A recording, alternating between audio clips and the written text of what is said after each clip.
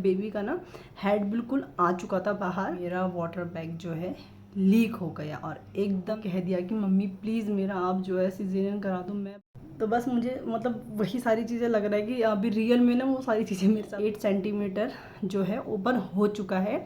और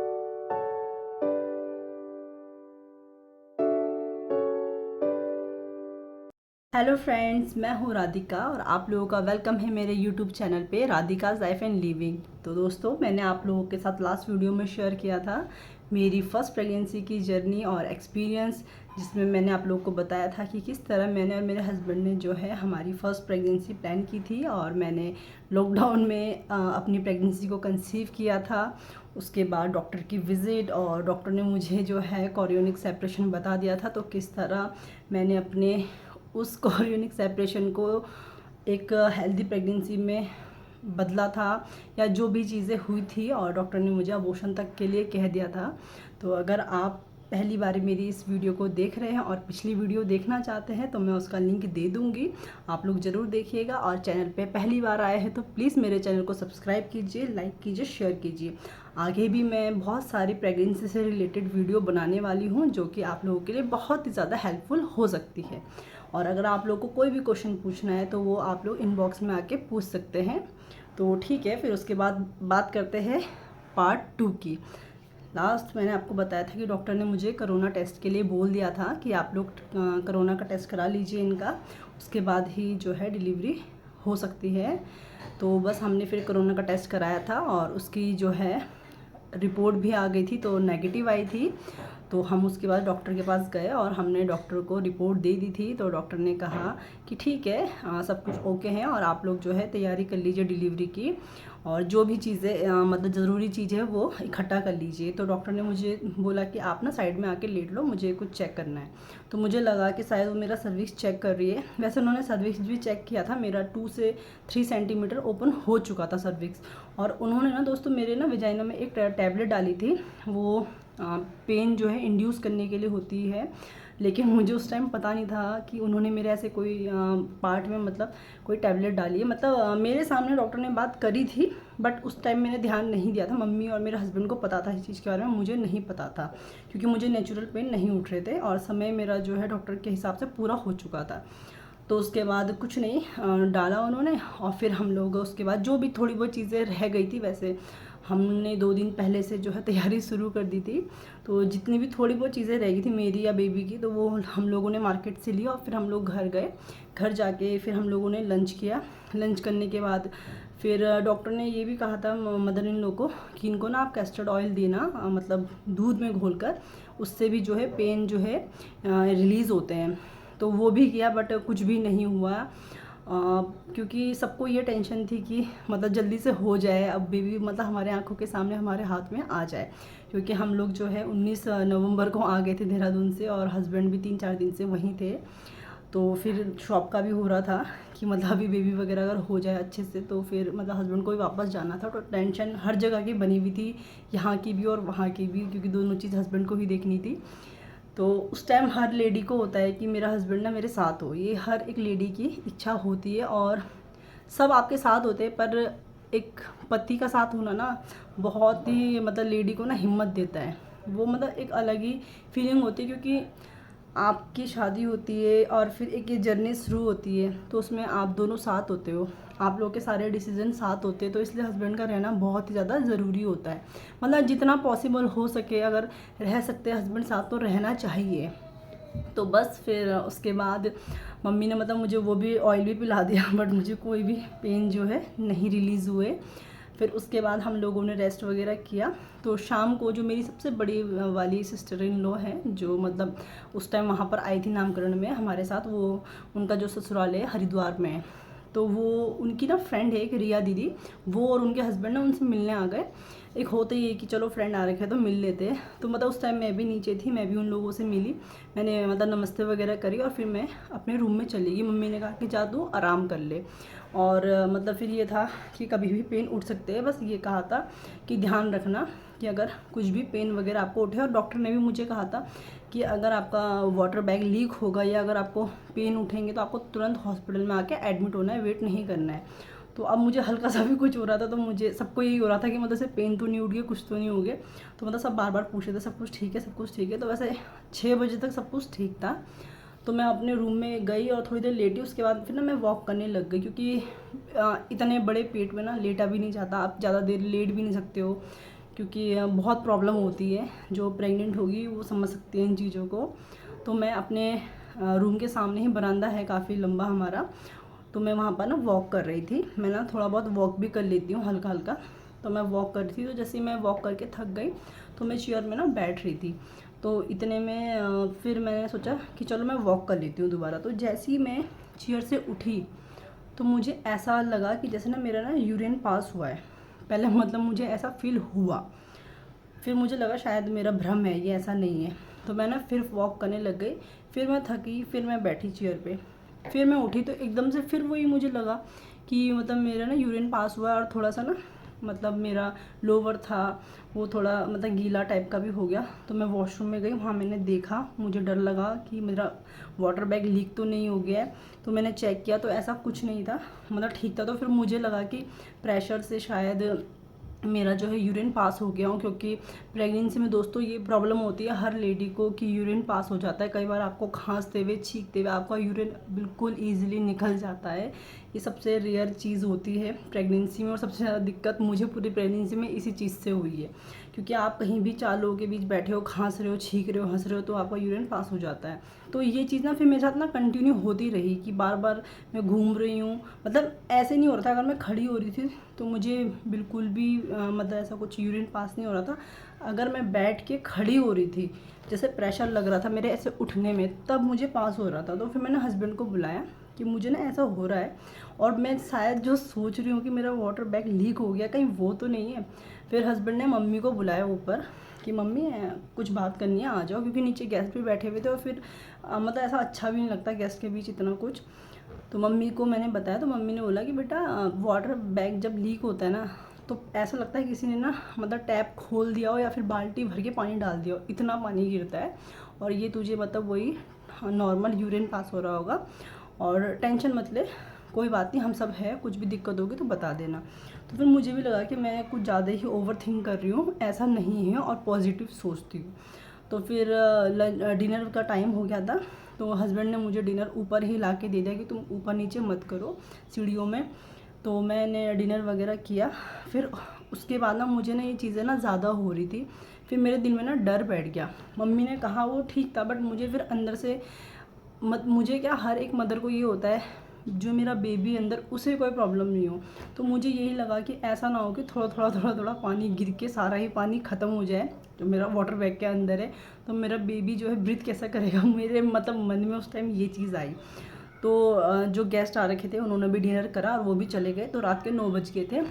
तो फिर मैं नीचे आ गई, मम्मी लोगों ने बोला आ जाओ थोड़ा हम लोगों के साथ बैठ जा तो तुझे भी अच्छा लगेगा। तो दीदी थी, पापा थे, मैं थी, हस्बैंड थे, मम्मी थी। तो मैंने फिर ऐसे ही बताया कि मतलब दीदी को भी पता चल गया कि मतलब ऐसा हो रहा है। तो मैंने बोला मम्मी एक काम करते हैं कि एक बार ना डॉक्टर को दिखा के आ जाते हैं। कुछ भी होगा मतलब डॉक्टर को पता होना चाहिए, और फ़ोन में तो मतलब ये चीज़ें पता नहीं चलेंगी। एक बार हम चलते हैं, दिखा लेते हैं, अगर अगर कुछ भी प्रॉब्लम नहीं होगी, नॉर्मल होगी, तो हम वापस आ जाएंगे। हॉस्पिटल वैसे भी घर के बिल्कुल ही पास था, ज़्यादा दूर नहीं था, और कोई दिक्कत होगी तो मैं वहाँ एडमिट हो जाऊँगी, क्योंकि डॉक्टर ने कहा था मुझे कि तुम्हें कोई भी प्रॉब्लम हो या तुम्हें कुछ ऐसा लगे तो तुम तुरंत हॉस्पिटल आके एडमिट हो जाना। तो फिर वहाँ से ना दीदी ने भी प्रेशर किया कि हाँ ये सही कह रही है कि एक बार चेकअप करा के आ जाओ, क्योंकि घर से ज़्यादा दूर नहीं था, 5 मिनट के रास्ते में है, कि अगर कोई दिक्कत होगी तो तब हम क्या करेंगे, अगर कोई ज़्यादा बात वैसी होगी रात को। तो बस 9:30 बज गए थे। हाँ टाइम मुझे पूरा याद है, 9:30 बज गए थे, सर्दियों का टाइम था। तो फिर हम लोगों ने जो है हल्का फुल्का मैंने शॉल वगैरह लिया, मतलब मैं नॉर्मल गई, ऐसा कुछ माइंड में नहीं था कि मैं एडमिट हो जाऊँगी, क्या होगा, कुछ नहीं था। तो मैं नॉर्मल गई। तो दीदी ने ना इतने में बैग रख दिया कि जी ये बैग है, अगर ज़रूरत पड़े तो ये बैग होना चाहिए, और नहीं है तो वापस आ जाएंगे। तो हम लोग वहाँ गए। तो मतलब मम्मी ने और हस्बैंड ने इन्फॉर्म किया डॉक्टर को कि ऐसे ऐसे जो है इसको ऐसा हो रहा है। तो उन्होंने मुझे लेटा दिया बेड पर, और उन्होंने बोला कि हम जो है आपका सर्विक्स चेक करते हैं कितना ओपन हो चुका है। तो जैसे ही उन्होंने सर्विक्स चेक करने के लिए अपना फिंगर अंदर डाला, मेरा वाटर बैग जो है लीक हो गया और एकदम से इतना पानी आया बहुत ज़्यादा। और मैं भी घबरा गई ये क्या हो गया, क्योंकि मैंने फ़र्स्ट टाइम ये चीज़ें देखी थी। तो मम्मी ने कहा कि थैली जो है अब फटी है। और उसके बाद मुझे बहुत ज़्यादा ब्लीडिंग हो रही थी, तो डॉक्टर तो नहीं थी, नर्स वगैरह ने मुझे जो है कॉटन दे दिया कि आप जो है इसको लगाते रहो। तो उसके बाद जो है अब डिलीवरी करना बहुत ही ज़्यादा ज़रूरी हो गया था, क्योंकि दोस्तों जब हमारा वाटर बैग लीक हो जाता है तो उसके बाद जो है हमारे वजाइना से बहुत सारी चीज़ें ऐसी होती है, या इन्फेक्शन की जितनी भी चीज़ें होती है वो बहुत जल्दी ना बच्चे के पास चली जाती है, और बच्चा जो है उससे बच्चे को मतलब उससे इन्फेक्शन हो सकता है और ब्लीडिंग होना भी सही नहीं होता है। तो फिर उसके बाद उन्होंने कहा कि नेचुरल पेन तो नहीं उठ रहे, तो अब हमें जो है इन्हें आर्टिफिशियल पेन देना पड़ेगा। तो ये सारी चीज़ें करते करते 10:15 या 10:30 बज गए थे। तो उन्होंने जो है, जो 2 नर्स थी वहाँ पर, उन्होंने मेरे हाथ में कैनुला लगाया, और जो भी वो आर्टिफिशियल का इंजेक्शन था वो एक ग्लूकोज में जो है ऐड करके मेरे जो है इंडक्ट कर दिया। तो आप बिलीव नहीं करोगे दोस्तों, हार्डली जैसी वो मतलब इंजेक्शन का जो भी था वो मेरे अंदर गया, 5 मिनट हुए होंगे, हार्डली 5 मिनट मुझे पेन एकदम से स्टार्ट हो गए। तो मुझे पहले पता नहीं था कि पेन ऐसा होता है। तो मेरे वेजाइना में एकदम से दर्द होने लग गया, ऐसा लग रहा था कि बस फट जाएगा, और मैं उसके बाद ना खड़ी हो गई। तो फिर उन्होंने कहा कि इन्हें पेन होने स्टार्ट हो गया, और ये ना दोस्तों लकीली या मैं लकी थी कि मुझे तुरंत जो है पेन स्टार्ट हो गए, क्योंकि मैंने अपने सामने 3-4 लोगों को देखा है, लेडी को देखा है कि मेरी एक कज़न भी है, उसको 2 दिन पहले से, मतलब 2 दिन पहले से उसको इंजेक्शन आर्टिफिशियल पेन जो है लगाए थे, और बिल्कुल भी पेन नहीं उठ रहा था। और उसके 2 दिन बाद उसको बहुत मुश्किल से पेन जो है स्टार्ट हुए, और फिर बहुत मुश्किल से डिलीवरी हुई है। और एक मेरी जो सबसे बड़ी वाली सिस्टर इन लॉ है, जो उस टाइम वहाँ पर थी जब उनका फर्स्ट बेबी हुआ था, तब भी हम लोग वहाँ थे। हम वहाँ पर 10 या 11 बजे पहुँच गए थे जब वह हॉस्पिटल में एडमिट थी। तो उनकी मतलब उनका टाइम पूरा हो गया था, 9 महीना कंप्लीट हो गया था, उसके बाद मतलब उनकी डिलीवरी करवा रहे थे। तो उनको सुबह से लेकर शाम के 7 बजे तक डॉक्टर लोगों ने जो है ये आर्टिफिशियल पेन का इंजेक्शन देते रहे, बट उनको बिल्कुल भी पेन नहीं उठे। तो एंड में उनका जो है ऑपरेशन ही हुआ है। तो लकी मानती हूँ, या तो फिर बॉडी का फ़र्क होता होगा कि मुझे तुरंत उसके 5 मिनट में ही पेन आने स्टार्ट हो गए। तो उसके बाद उन्होंने मुझे नर्स वगैरह ने बोला कि आप ना लेट जाओ और प्रेशर लगाओ। तो जब मैं प्रेशर लगा रही थी, क्योंकि सबका फर्स्ट टाइम होता है और हमें पता भी नहीं होता है कि हमें कैसा प्रेशर लगाना है, तो मैं लेटी हुई थी, तो मैं प्रेशर लगा रही थी। तो वो मुझे डांट रहे थे कि टॉयलेट वाला नहीं, आपको पॉटी वाला प्रेशर लगाना है, आपको पेट पे जोर वो करना है कि नीचे की तरफ जो है आपका नीचे का जो पार्ट है, आपको वहाँ पर प्रेशर देना है। तो इतना पेन उठ रहा है ना, तो आप हमें ये पता थोड़ी ना है कि हमें किस तरह से मतलब कि प्रेशर लगाना है। खैर उनकी तो वो ड्यूटी, और वो डेली इस तरह के केस देखते हैं, तो उन्हें आदत होती है, तो उनको मुझे नहीं लगता कि शायद कुछ पेन या कुछ फील होता होगा। दर्द मेरा इतना ज़्यादा बढ़ गया था, इतना ज़्यादा बढ़ गया था कि एंड पॉइंट पे मैंने अपनी मदर इन लॉ को कह दिया कि मम्मी प्लीज़ मेरा आप जो है सिजेरियन करा दो, मैं बर्दाश्त नहीं कर सकती हूँ, इतना दर्द बढ़ गया था। तो मम्मी ने मुझे यही समझाया कि बेटा हिम्मत रखो, सब हो जाएगा और भगवान सब ठीक करेगा, सब हिम्मत देगा आपको, बस आप थोड़ी सी और हिम्मत बना लो। और बेटा लोगों के तो इससे भी ज़्यादा पेन होता है, कई दिन तक वो रहते हैं, और ऐसा वैसा करके मम्मी मुझे समझा रही थी। और जो वहाँ नर्स थी ना, वो मुझे मतलब बहुत गुस्सा आ रहा था उन पर। सबके अलग अलग एक्सपीरियंस होते हैं, मेरा यही एक्सपीरियंस है। वो आके बार बार मेरी सास को यही कह रही थी कि आप सो जाओ, आपकी बहू अभी नहीं करेगी, ये तो दमी मतलब प्रेशर नहीं लगा रही है, ये कुछ नहीं कर रही है, ये ऐसा नहीं कर रही है कि आप सो जाओ, ये तो भी आराम से करेगी, इसके अभी कुछ नहीं हो रहा है, ऐसे ऐसे करके बार बार ऐसे बोल रही थी। और मुझे ना बहुत गुस्सा भी आ रहा था उन पर, क्योंकि हमें कैसा दर्द हो रहा है वो हमें पता है कि मैं किस चीज़ से गुजर रही हूँ, है ना, और वो इन चीज़ों को बोल रहे हैं। और बहुत केस में मतलब ये मेरा एक्सपीरियंस है, बहुत जगह मैंने ये सुना है कि नर्स इतनी अच्छी होती है। मेरी कज़न है, उसको 2-3 दिन पहले से ही जो है मतलब उसका 9th मंथ कंप्लीट हो गया था, तो उसको पेन नहीं उठे थे नेचुरल, तो डॉक्टर ने उसको फिर मेरी तरह आर्टिफिशियल पेन का इंजेक्शन लगाया था, तो उसको फिर भी पेन नहीं उठे। तो जब उसको पेन उठे 2 दिन बाद, तो मतलब वो कह रही थी कि जब मेरी डिलीवरी बिल्कुल होने वाली थी उससे पहले मैंने जो है बिल्कुल अपनी बॉडी को छोड़ दिया कि मेरे से नहीं हो पाएगा। बोली तो मेरी सिस्टर ने मुझे बूस्ट किया कि नहीं तुम कर सकती हो, तुम्हारी सारी मेहनत बेकार हो जाएगी। इस तरह से मुझे इतना बूस्ट किया ना कि फिर तीसरे पुश में जो है मेरा बेबी बाहर आ गया। तो एक इस तरह के भी लोग होते हैं, अपना अपना एक्सपीरियंस होता है। मेरा ये एक्सपीरियंस था, तो मुझे बिल्कुल उनका बिहेवियर अच्छा नहीं लग रहा था नर्स वगैरह का। जिस तरह से वो मेरी मदर इन लॉ से बात कर रही थी कि आप सो जाओ, ये कुछ नहीं करने वाली, ये कुछ नहीं करने वाली, ये नहीं लगा रही है प्रेशर। तो बस इस बीच दोस्तों मेरा पेन इतना बढ़ गया कि ना मैंने अपनी मम्मी को और जिन भी देवी को मैं मानती हूँ मैंने उनको पुकारा, और मैंने यही आपको मानती हूँ और आप कुछ मानते हो मुझे, तो या तो मेरा पेन रुकवा दो और बेबी को बाहर कर दो या फिर मेरा सिजेरियन करवा दो। मैं यही प्रार्थना कर रही थी। और दोस्तों मैंने हमेशा यही सुना है कि जब भी आपको डिलीवरी का पेन उठे तो अपनी मदर को कभी भी याद नहीं करना चाहिए, उससे आपको बहुत तकलीफ़ होती है। डिलीवरी करते हुए पेन और ज़्यादा बढ़ते हैं, ये चीज़ें मैंने सुनी है। और मतलब आप क्या पता आप लोगों के एरिया में ये चीज़ नहीं होगी, लेकिन जहाँ मैं रहती हूँ यहाँ मैंने हमेशा यही चीज़ें सुनी है। एक पॉइंट ऐसा आया कि मेरा पेन इतना बढ़ गया कि मैं ना बेहोश टाइप की हो गई।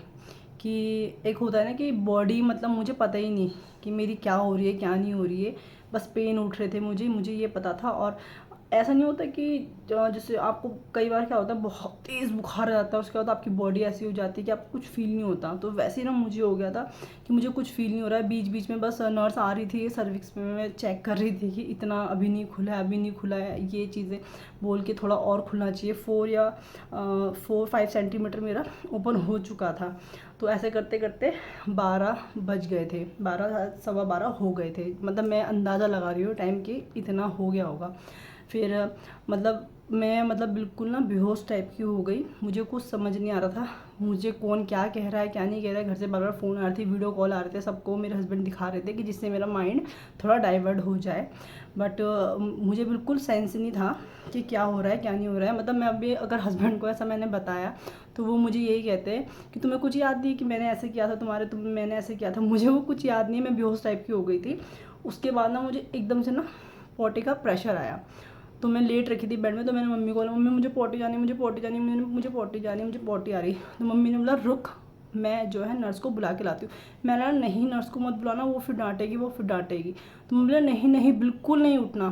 क्योंकि दोस्तों जब हमें लेबर पेन के टाइम जो पॉटी का प्रेशर उठता है ना, वो होता है बेबी को बाहर आने का टाइम। ये मुझे भी नहीं पता था, तो ये चीज़ें एक्सपीरियंस करने के बाद ही पता चलती है। तो उन्होंने बोला कि तू बिल्कुल मत उठना और मत चली जाना पॉटी करने, कि मैं नर्स को बुला के लाती हूँ। तो मम्मी गई फटाफट नर्स को बुला के लाई। नर्स ने फिर सर्विक्स चेक किया, तो नर्स ने कहा कि डन, इनका जो है 8 सेंटीमीटर जो है ओपन हो चुका है और अब जो है इन्हें हम लेबर रूम में ले जाते हैं। तो दोस्तों जहाँ पर मैं अब तक थी ना वो एक नॉर्मल रूम था, और हम लोगों को लगता है ना कि लेबर रूम ऐसा होता होगा वैसा होता होगा, ऐसा कुछ नहीं होता। मूवी जो भी दिखाते हैं मूवी में अलग चीज़ होती है और रियलिटी में कुछ और होता है। तो वहाँ पर एक छोटी सी बेड होती है जिसमें सिर्फ हम अपनी कमर ही टिका सकते हैं, उससे ज़्यादा कुछ नहीं रख सकते, ना हाथ ना पैर। वो कंडीशन ना मुझे अभी भी याद है और अभी भी ना मेरी आंखों के सामने आ रही है। जब वो मुझे रूम से लेबर रूम में शिफ्ट कर रहे थे तो एक नर्स इधर थी और एक नर्स इधर थी। बस वो लोग फिर मुझे लेबर रूम में ले गया और मुझे ऐसा लग रहा था जैसे, ऐसा नहीं होता जैसे किसी को लटका के ले जाते हैं। मुझे वो सीन अभी भी याद है और हंसी भी आती है अपने आप के ऊपर कि मतलब मैं किस कंडीशन में आ गई थी। और मेरी मदर इन लॉ और हस्बैंड खड़े हुए थे, उनको बहुत डर लग रहा था कि पता नहीं क्या हो रहा है। और हस्बैंड के लिए भी नई चीज़ थी, वो भी बहुत घबरा रखे थे क्योंकि पहली बार ये चीज़ें हो रही थी। और एक आदमी भी उतना ही ज़्यादा पेन में होता है जितने पेन में ना एक वाइफ होती है। सबको ये लगता है कि नहीं हस्बैंड, ऐसा नहीं है, हस्बैंड भी बहुत परेशान होते हैं अपनी वाइफ के साथ साथ। भले वो पेन को वो नहीं कर सकते बट फील पूरा करते हैं कि क्या क्या हो रहा है। जो भी चीज़ें मेरे हस्बैंड के सामने हुई थी उनको सारी चीज़ें पता थी। तो बस वो लोग मुझे लेबर रूम में लेके गए और जो वो बेड था, इतना डेंजर बेड, उस पर उन्होंने मुझे लिटा दिया। उसके बाद मुझे सब याद है कि मेरे साथ क्या हुआ। उससे पहले मैंने बताया थोड़ा सा मुझे कुछ याद नहीं था, उससे थोड़ा से पहले में। तो उन्होंने मुझे बेड पे लिटाया, तो मेरे ना शायद बेबी का ना हेड बिल्कुल आ चुका था बाहर, तो उन्होंने मेरे पैर ना बिल्कुल सीधे कर दिए कि बेबी बाहर ना निकल जाए, क्योंकि तब तक डॉक्टर नहीं आई थी वहाँ पर। तो मतलब उन्होंने फिर डॉक्टर को इन्फॉर्म कर दिया होगा, तो डॉक्टर कम से कम 15 मिनट लेट आई है वो। और बस उसके बाद मैं लेटी हुई थी और मुझे ये और था बस कब ये बाहर निकले, मेरा बच्चा कब निकले। तो डॉक्टर आई, फिर उन्होंने ग्लव्स वगैरह पहने, वो सब मुझे याद है क्या क्या चीज़ें हो रही थी वहाँ पर। तो बस उन्होंने फिर ग्लव्स वगैरह पहने और मेरा पैर मतलब उसी पोजीशन में कर दिया जिसमें करना चाहिए, और उन्होंने मुझे कहा पुश लगाओ। तो मैंने एक पुश लगाया, नहीं हुआ। फिर उन्होंने मुझे कहा कि नहीं अब लगाओ पुश, और दोस्तों मैंने जो सेकंड पुश लगाया मेरा जो है स्टूल भी पास हुआ, और उसके साथ साथ मेरा बेबी एकदम से बाहर आ गया। और इतना रिलीफ हुआ ना उसके बाद, मतलब ऐसा लगता है कि आपके शरीर से ना एक बोझ ना बिल्कुल हट चुका है, उस टाइम ये फील होता है। और इतना रिलैक्स हुआ, मुझे ऐसा हो गया कि बस मैं अब सो जाऊं। तो मुझे अपनी बेटी की ना आवाज़ आ चुकी थी। तो जब वो बाहर आई तो मैंने, घड़ी थी वहाँ पर, तो मैंने सबसे पहले घड़ी देखी कितने बज रहे थे। तो 12:53 हो रहे थे उस टाइम, और मुझे अपनी बेटी की आवाज़ आ गई तुरंत रोने की। तो मुझे पता चल गया कि मेरी जो है बेबी गर्ल हुई है। तो खुशी बहुत ज़्यादा थी उस टाइम तो, पर मुझे ना फिर ऐसा हो गया था कि मतलब मैं ना सो जाऊं, और अभी भी मुझे थोड़ा ना बहुत अजीब सा लग रहा है वो सब बताते हुए। मतलब ऐसा लग रहा है कि वो सारी चीज़ें ना मेरे साथ अभी हो रही हैं। तो बस मुझे मतलब वही सारी चीज़ें लग रहा है कि अभी रियल में ना वो सारी चीज़ें मेरे साथ ना हो रही है, ऐसा फील हो रहा है। तो बस फिर उन्होंने बेबी को निकाला, साफ़ वगैरह किया। बस मैं टाइम देख पाई थी और मुझे पता चल गया था मेरी बेबी गर्ल हुई है। और उसके बाद उन्होंने प्लेजेंटा वगैरह मतलब जो भी वो खींचा होगा वो सब मुझे फ़ील हो रहा था, सब कुछ उन्होंने साफ़ किया। और उसके बाद उन्होंने स्टिचिंग करी है। पर मैंने सुना है कई लोगों के मुंह से कि स्टिचिंग करते हुए बहुत ज़्यादा पेन होता है, पर मुझे बिल्कुल भी पेन नहीं हुआ। मतलब खिंचावट जैसे वो ऐसे खींच रहे होंगे तो वो फील हो रहा था मुझे, पर मुझे पेन नहीं हुआ। तो मतलब मैंने जिनसे भी पूछा तो उन्होंने कहा कि शायद तुम्हें इंजेक्शन लगाया हो तो इसलिए तुम्हें पता नहीं चला होगा, तो मे भी ऐसा हो सकता है। बट मुझे बिल्कुल भी पेन नहीं हुआ उस टाइम। तो उसके बाद बस उन्होंने जो है मुझे फिर 15-20 मिनट बाद नॉर्मल जो वार्ड था उसमें शिफ्ट कर दिया था, मेरे रूम में वहाँ पर शिफ्ट कर दिया था। उसके बाद दोस्तों मैं ना फिर बेहोश हो गई थी, बेहोश मीन्स कि मैं सो गई। उसके बाद उन्होंने मुझे बेबी का फेस भी नहीं दिखाया, या तो मैं शायद सो रही थी या सेंस में नहीं थी, तो मुझे बेबी का ना फेस भी नहीं दिखाया उन्होंने उस टाइम तक। और एक होता है कि कहते हैं कि माँ का सबसे पहला दूध पिलाना चाहिए बच्चों को, वो भी उन्होंने कुछ नहीं कराया। बट क्योंकि मेरा जो है मिल्क जो है वो डिलीवरी से पहले थोड़ा थोड़ा ना निकलने लग गया था, तो मिल्क तो मुझे था कि आ रहा है। बट उसके बाद बस मुझे वार्ड में शिफ्ट कर दिया तो मैं सो गई। मम्मी ने मुझे कैप वगैरह पहना दी, और मुझे इतनी ठंड लगी ना, मतलब होती ना बहुत भयंकर ठंड। उन्होंने मुझे 2-2 3-3 ना रज़ाई दे दी, और मैं काँप रही हूँ बिल्कुल, और पैक करके मैं लेट गई खाया। और मेरी बॉडी ना दोस्तों बिल्कुल पीली पड़ चुकी थी। मतलब मैं जो भी फ़ोटो लगाऊंगी ना उसमें आप देखना कि मेरा जो फेस है ना बिल्कुल मतलब वाइट हो रखा है, कि जैसे मेरे शरीर पे ना ब्लड ही नहीं होगा, इस तरह से मेरा ना फेस हो गया था। बस हाँ, फिर उसके बाद मुझे बेबी दिखाया।